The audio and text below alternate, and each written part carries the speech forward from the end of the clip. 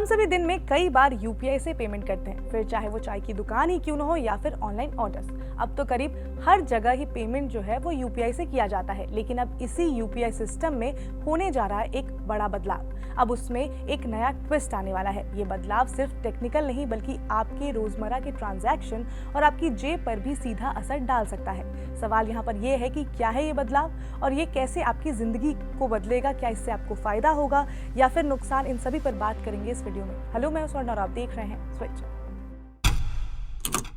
तो आरबीआई ने ये साफ किया है कि अब यूपीआई यानी कि यूनिफाइड पेमेंट्स इंटरफेस का जो ट्रांजैक्शन लिमिट है उसमें बदलाव हो सकता है।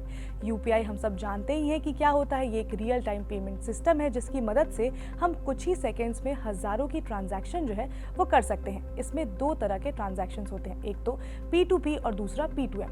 अब आप सोच रहे होंगे कि ये क्या है, तो इसको मैं उदाहरण से समझाती हूँ। तो मान लीजिए कि मेरा एक कोई दोस्त है, उसको मैंने कुछ पैसे दिए या उससे मैंने कुछ पैसे लिए, तो ये जो ट्रांजैक्शन है वो पर्सन टू पर्सन ट्रांजैक्शन है और इसको P2P ट्रांजैक्शन कहेंगे। वहीं मान लीजिए कि मैंने किसी दुकानदार को कोई पेमेंट की है और उससे कोई गुड्स या सर्विसेज जो है वो मैंने ली है, तो ये P2M यानी कि पर्सन टू मर्चेंट ट्रांजैक्शन होगा। अब वापस आ जाते हैं यूपीआई ट्रांजैक्शन पर। तो फिलहाल इस ट्रांजैक्शन की जो लिमिट है वो तय की गई है। अभी तक यूपीआई से P2P और P2M ट्रांजैक्शन की लिमिट 1 लाख थी।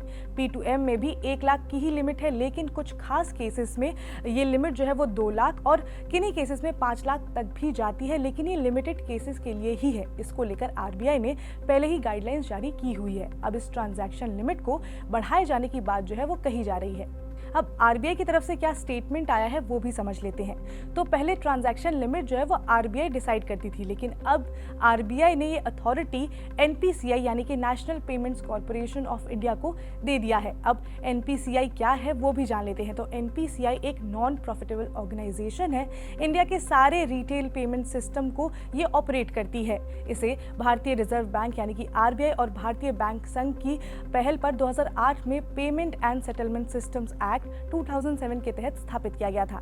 एनपीसीआई का उद्देश्य देश में एक मजबूत, सुरक्षित और व्यापक पेमेंट इंफ्रास्ट्रक्चर तैयार करना है। एनपीसीआई ने कई इनोवेटिव पेमेंट सोल्यूशन जैसे कि UPI unified payment interface, RuPay card, Bhim app, IMPS यानी कि इमीडिएट पेमेंट सर्विस और AEPS आधार इनेबल्ड पेमेंट सिस्टम को डेवलप किया है और उसको मैनेज कर रही है। ये संगठन जो है वो भारत में डिजिटल पेमेंट को तेज, सुलभ और किफ़ायती बनाने की दिशा में लगातार काम कर रही है।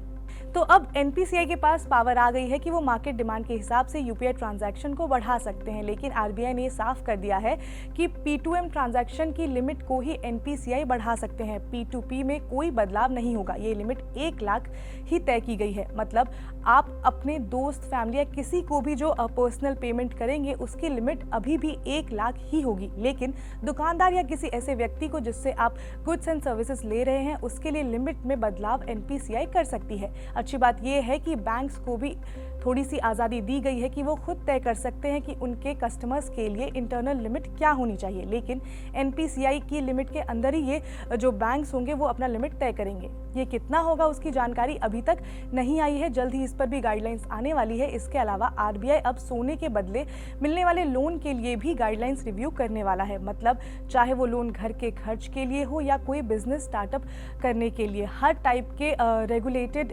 एंटिटी के लिए अब कॉमन रूल्स बनाए जाएंगे ताकि सब कुछ ट्रांसपेरेंट और सेफ हो। जल्द ही इस पर भी ड्राफ्ट जो है उसकी गाइडलाइन आ जाएगी। तो अब यूपीआई से रिलेटेड जो भी अपडेट आएगा हम आप तक पहुंचाते रहेंगे। आप जुड़े रहिए स्विच के साथ। इसके साथ ही अगर आपको ये वीडियो इन्फॉर्मेटिव लगी हो तो लाइक करें, शेयर करें, सब्सक्राइब करें स्विच को।